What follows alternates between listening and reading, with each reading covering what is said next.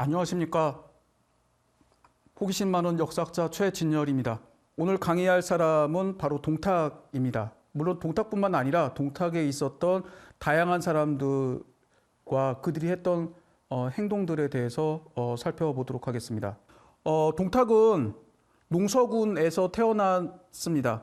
농서군은 지금의 시안시 서쪽 지역에 있는 지역이었는데, 농서군과 그 주변에 있었던 안정군, 금성군, 상군, 북지군, 서하군, 이 6개 지역 출신 사람들은 주로 이제 무예에 능했다라고 해서 이 6개 지역에 사는 사람들 중에서 어느 정도 재력이 있고 그다음에 무예에 능한 사람들이 초급 장교로 임명되었습니다. 그래서 동탁도 이 지역 출신, 농서군 지역 출신이라는 이유 때문에 벼슬을 하게 되죠. 처음에 이제 우림랑이라고 하는 벼슬을 거쳐서 여러 가지 무관직을 거치게 됩니다.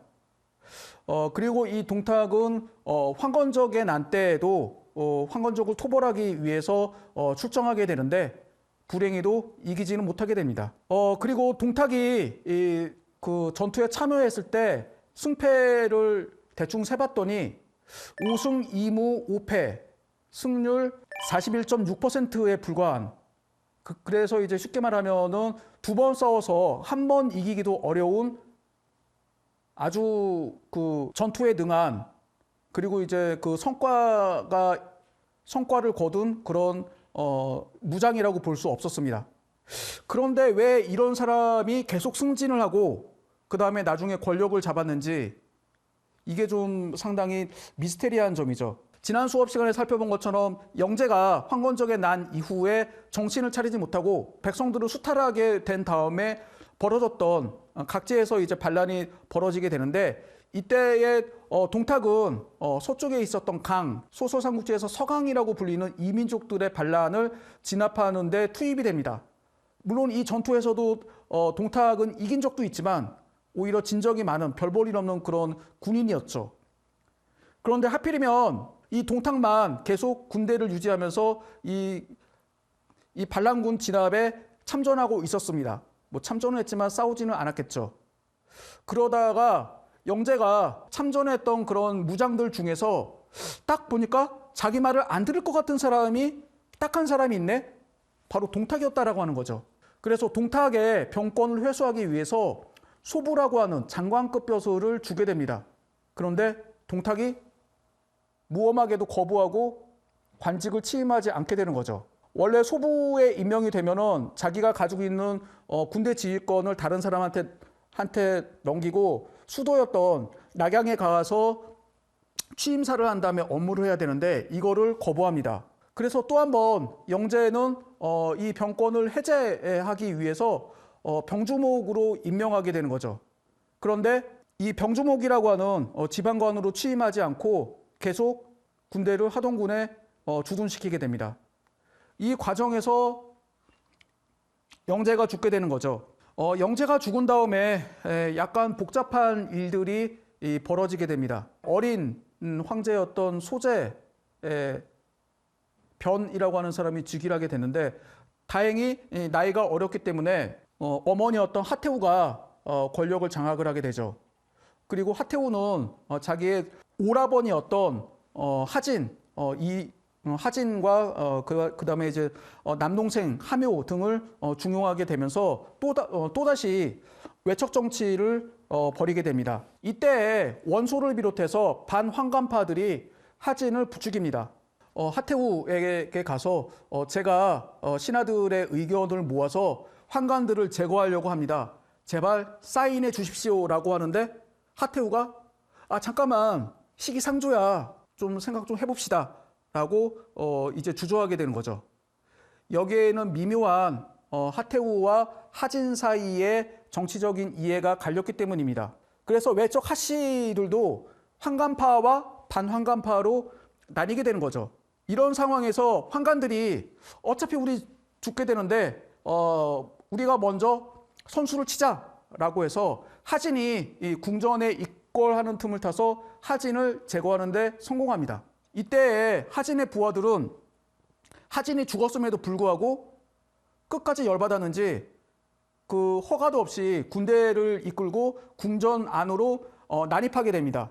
그러면서 환관 2,000명 정도에 되는 환관들을 전부 다 죽이게 돼요. 이때에 이제 그 살아남았던 장양과 단규는 황제와 황제 동생이었던 진류왕 유협 이 두 사람을 데리고 낙양 북쪽으로 도망갑니다. 도망가다가 결국은 황하까지 이제 도망가게 되는데 이때 쫓아왔던 상서 노식과 민공 이 두 사람의 추격을 받다가 결국은 이제 더 이상 도망갈 길이 없다라고 생각을 해서 어린 황제와 그다음에 황제 동생을 놔둔 상태에서 폐하 저희들은 어쩔 수 없이 지금 이 세상을 하직합니다라고 해서 황하에 빠져 죽게 됩니다. 이때 등장한 사람이 바로 동탁이었습니다.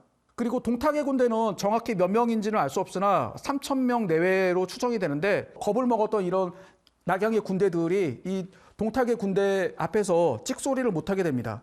그러면서 결국은 동탁이 불과 수천 명에 불과한 군대를 가지고 정권을 잡게 되죠. 동탁이 이제 처음에 한 일은 소재를 내쫓고 이제 그 소재의 동생이었던 진류왕 협을 황제로 옹립했습니다.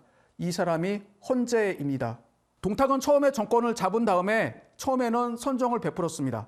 그래서 그 이전에 있었던 영제와 환제가 탄압했던 당고해화 때 피해를 입었던 지식인들을 사면복권 시켰을 뿐만 아니라 관리로 임명하게 됩니다. 이들 중에서 주비, 오경, 정태, 하웅, 순상, 진기, 한용 이런 그 인재들을 대거 등용하게 되죠. 뿐만 아니라 동탁에 반대하고 벼슬을 버리고 도망갔던 뭐 이게 저항인지는 모르겠습니다만 원소를 발해태수에 임명하게 됩니다. 많은 인물들을 등용하는 소위 말하는 탕평 정치를 하면서 아 동탁이 제대로 정치를 하는구나 라고 하는 찰나에 본격적으로 이제 자기의 본성을 드러내게 되는 거죠. 낙양에 있는 부자들이라든지 그 상류층 집안의 재물을 강탈한다든지 여성들을 동탁과 그 부하들이 함부로 이제 건드린다든지 또는 그 후한 그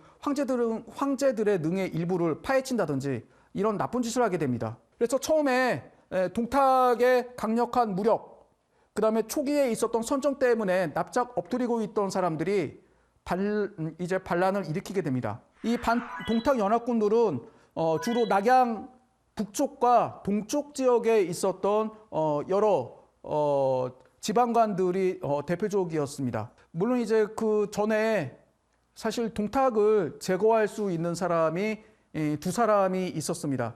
처음에 동탁이 낙양에 입성했을 때 당시에 장안과 부풍군에는 개훈이라고 하는 지방관과 황보숭이라고 하는 장군이 있었습니다. 그래서 그 반동탁연합군은 한해군과 진류군의 산조현, 그 다음에 남양군의 노향 등 이 세 군데를 중심으로 해서 군대를 직결시키게 됩니다. 소설 삼국지에서는 이들이 한 장소에서 모여가지고 이제 작전 회의를 한 것처럼 기록을 하고 있습니다. 가장 이제 그 지위가 낮았던 이제 관우가 제가 화웅을 제거하겠습니다라고 하게 되고 직접 이제 화웅을 제거하는 모습이 나오는데 실제적으로는 이 사람들이 한 곳에 모여가지고 작전 회의를 한 적은 없었고 그리고 이들이 거느린 군대의 숫자는 많았으나 아무도 고양이 목에 방울을 달려고 나서는 사람이 처음에는 없었습니다. 그러다가 이제 처음에 나섰던 사람이 이제 조조죠. 그래서 조조가 처음에 이제 군대를 이끌고 동탁을 공격했으나 동탁의 부하였던 서영에게 완전히 일방적으로 대패하게 됩니다. 그래서 겨우 목숨만 살아서 되돌아오게 되죠. 이렇게 민기적 거리는 와중에서 동탁과 싸워서 이기는 장수가 등장했으니 그 사람이 바로 손견입니다. 황건적의 난에도 이제 그 부하장수로서 참전했던 그런 경력이 있었는데 처음에는 동탁의 군대와 몇 번 싸워서 패하긴 했지만 나중에는 동탁의 군대와 싸워서 이기게 되고 나중에는 결국은 수도였던 낙양을 점령하게 됩니다. 동탁은 수도 낙양을 버리고 서쪽으로 장안으로 이제 수도를 옮기게 됩니다. 이 낙양이라고 하는 지역이 그 산이 비교적 이제 험한 산이 아니기 때문에 지키기 어려운 그런 지역입니다. 거기다가 새로 옮기게 됐던 수도 장안이 자기의 고향이었던 농서군과 가까웠다라고 하는 점도 천도의 가장 중요한 원인이 되었습니다. 결론적으로 말해서 반동탁연합군의 봉기는 실패하게 됩니다. 그래서 동탁을 제거하지 못하게 되고 동탁은 여전히 권력을 유지하게 되고 수도를 장안으로 옮긴 다음에도 여전히 이제 권력을 유지하게 되죠. 그래서 동탁은 자기가 나중에 은퇴하게 될 경우에 그 살게 될 곳 미현이라는 지역에다가 오를 두게 됩니다. 이걸 이제 사료에서는 미오 혹은 만세오라고 하게 되는데 이 오에다가 30년을 버틸 수 있는 식량과 재물을 저장했다라고 합니다. 금 2만에서 3만 근과 은 8만에서 9만 근. 그 밖에 이제 값비싼 구슬과 옥, 비단 이런 것들을 모아놨다라고 하죠. 그래서 동탁은 이런 말을 합니다. 내가 잘하면은 쟤네들을 다시 쓸어버린 다음에 천하를 다시 차지할 것이고 그렇지 못하더라도 미호에 남겨둔 이런 재물들 덕택에 늙어서 편히 부귀영화를 누릴 것이다. 그러나 동탁의 말과는 반대로 동탁은 얼마 후에 죽게 됩니다. 이때에 동탁의 최측근으로서 동탁의 신임을 얻고 있었던 관리가 있었으니 사도 왕륜이었습니다. 동탁을 위해서 충성을 했던 게 아니라 후한 황제였던 헌제를 위해서 충성했던 사람입니다. 그래서 이제 왕륜이 이제 그 여러 가지를 기회를 엿보다가 동탁과 동탁의 양자라고 하는 여포의 사이가 벌어졌다라고 하는 사실을 알게 되죠. 그래서 왕륜이 이 여포와 결탁을 하게 되고 결국은 동탁을 죽이게 됩니다.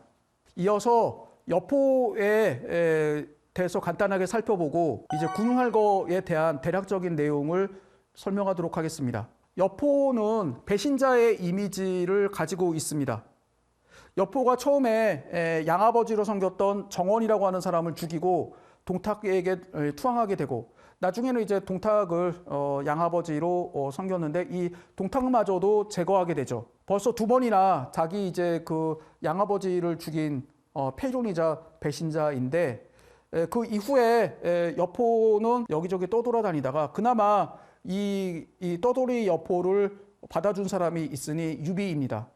이 유비가 나중에 원술과 전쟁을 하게 될 때 여포가 빈 서주의 땅을 차지하면서 세 번째로 배신을 하게 됩니다. 그래서 소설 삼국지에서는 이 여포가 나중에 조조의 군대에 사로잡히게 되는 과정도 부하의 배신 때문에 사로잡혔다라고 기록을 하고 있습니다. 당시 이제 여포가 합의성에서 조조의 군대에 포위당하고 있을 당시에 부하 장수가 그 말을 도둑 맞았는데 도둑 맞은 말을 찾아서 그거를 이제 자축하기 위해서 부하 장수들을 모아놓고 술잔치를 벌였는데 당시에 이제 금주령을 내렸던 여포가 그 부하 장수를 질책을 하게 되고 여기에 앙심 품었던 송헌이라고 하는 부하가 여포를 생포해서 조조에게 투항한다라고 하는 식으로 설명을 하고 있는데 실제 정사 기록을 보게 되면은 여포는 자기 측근에 있었던 소수의 군사들과 함께 그 성문에서 끝까지 저항을 하고 있었습니다. 나를 사로잡아서 조조의 군사한테 투항해라라고 말을 했지만 그 최후까지 여포를 따랐던 군사들은 결코 여포를 저버리지 않았습니다. 뭐 결국은 이제 싸우다가 여포와 군사들이 이제 최종적으로 항복을 하게 되는데 부하들이